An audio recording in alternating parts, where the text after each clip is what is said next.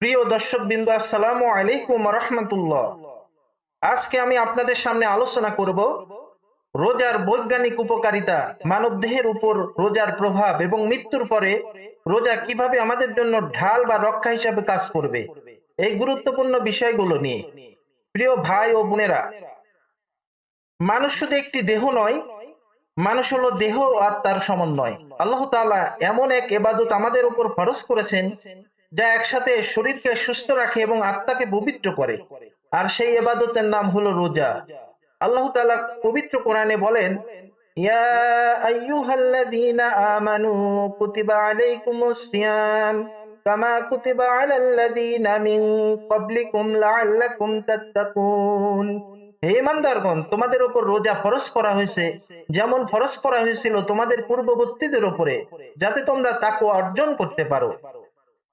প্রিয় দর্শকবৃন্দ, আজ আধুনিক বিজ্ঞান বলছে রোজা শুধু ধর্মীয় ইবাদত নয়, এটি একটি প্রাকৃতিক চিকিৎসা ব্যবস্থা।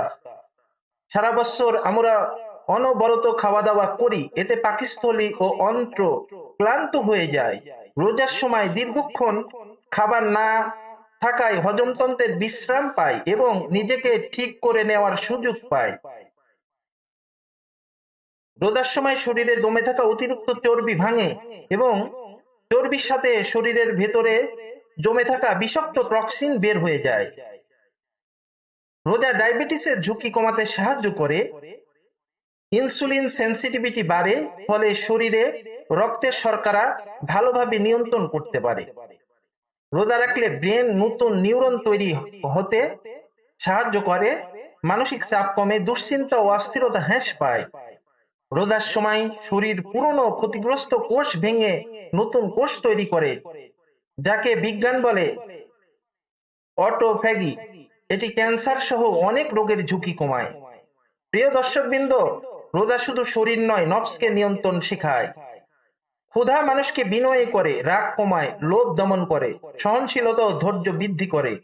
একজন রোজাদার বুঝতে শেখে সবকিছু চাইলেই পাওয়া যায় না। প্রিয় ভাই ও বোনেরা, আজ বা কাল আমাদের সবাইকে মরে যেতে হবে। আল্লাহ তাআলা বলেন, কুল্লু নাফসিন যায়িকাতুল মাউত।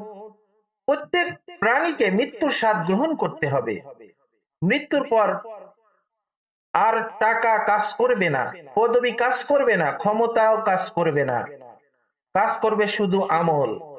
রাসূলুল্লাহ সাল্লাল্লাহু আলাইহি ওয়াসাল্লাম বলেছেন, রোজা হলো ঢাল। প্রিয় দর্শকবৃন্দ, ঢাল যেমন যুদ্ধের সময় শরীরকে রক্ষা করে, ঠিক তেমনি রোজা কবরের আযাব থেকে ঢাল হবে। রোজা জাহান্নামের আগুন থেকে ঢাল হবে। রোজা কিয়ামতের দিন আল্লাহর সামনে সুপারিশ করবে। হাদিসে এসেছে, কিয়ামতের দিন রোজা বলবে, হে আল্লাহ, আমি তাকে দিনের বেলা খাবার ও কামনা থেকে বিরত রেখেছি, আমাকে তার জন্য সুপারিশ করতে দিন। প্রিয় দর্শকবৃন্দ, রোজা কোনো কষ্টের নাম নয়। রোজা হলো শরীরের চিকিৎসা, মনের প্রশান্তি এবং আখিরাতের মুক্তির পথ। আসুন আমরা রোজাকে বোঝার চেষ্টা করি, শুধু না খেয়ে থাকাকে রোজা মনে না করা, বরং রোজার মাধ্যমে নিজেদের জীবন, চরিত্র ও ভবিষ্যৎ গড়ে তুলি। আল্লাহ তাআলা আমাদের সবাইকে রোজার হক আদায় করার তৌফিক দান করুক। সকলেই বলি আমিন।